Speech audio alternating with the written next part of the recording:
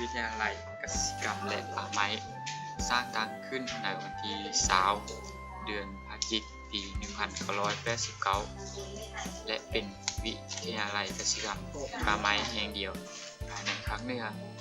ซึ่งตั้งอยู่เมืองหลวงพระบางแขวงหลวงพระบางซึ่งทางวิทยาลัยมีความพร้อมที่จะรับนักศึกษาสุดใหม่แล้วซึ่งข้อมูลและสภาพโดยรวมเป็นได้นั้นเอาไปรับชมรับฟังพร้อมๆกันเลยพระเอกชื่อลักษมีค่ะเรียนเกี่ยวกับพระแม่ในหลักการศึกษาที่วิทยาลัยเกษตรกรรมการคิดว่าทางวิทยาลัยของพวกเรานี่มีความพร้อมได้ที่จะรับนักศึกษาที่จะเข้ามาศึกษาเพราะว่าเป็นทางด้านหอพักตึกอาคารเรียนมีความพร้อมเลยบ่ที่จะรองรับนักศึกษาที่จะเข้ามาบอสพอตัวดีเนาะการอิงตามทิศทางแค่การรวมเข้าในวิทยาลัยในการรับนักศึกษานี่ทางวิทยาลัยเราก็มีความพร้อมเกี่ยวกับเรื่องสถานที่อาคารเรียนต่างๆการเรียนที่ว่ามีความพร้อมเกี่ยวกับหลักเรียนนักศึกษาเพราะว่าจะเป็นห้องพักหรือว่าที่เป็นห้องเรียนที่ได้มีส่วนสำคัญสร้างวิสาการผู้เอาหันลงสู่พื้นที่นำพาพี่น้องทำการผลิตให้เกิดผลดีนำใส่ความรู้ที่มีพัฒนากสิกรรมก้าวไกล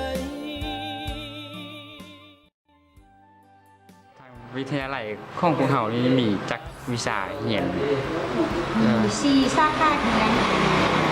ปลูกฝังเลี้ยงสัตว์ธุรกิจและการค้านักศึกษาที่จบออกไปแต่รุ่นทางวิทยาลัยของพวกเราได้มีการจัด5วิทยางานให้พระเจ้าได้หรือบ่ตัวนี้นี่ทางวิทยาลัยเรามันจะก่อนจะได้เกี่ยวกับให้นักศึกษาสอบเรียนอย่างทำให้เราได้เปิดจัดงานตลาดนัดแห่งงานเพื่อให้นักศึกษากับผู้ที่ว่าต้องการงานมาพบกันอะไรสร้างมาเพื่อ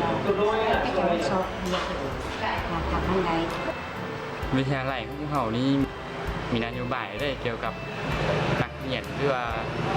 ผู้ที่จะมาศึกษาแต่ว่ามีเงินไขบ่เอื้อมเงินนักศึกษาที่มาจากทางไกลชอบเรียนก็มีนโยบายให้บรรดาถ้าว่ามาเรียนลึกที่ว่า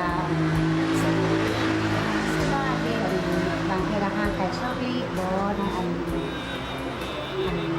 ทุกอย่างท่านที่มีงานเอาศึกษาเรื่องกีฬาเรื่องการทำเรียนใส่ก็ได้หรือนั่งเอาเรียนชอบผ้าแดงคือเพื่อนสนับสนุนศึกษาผู้ที่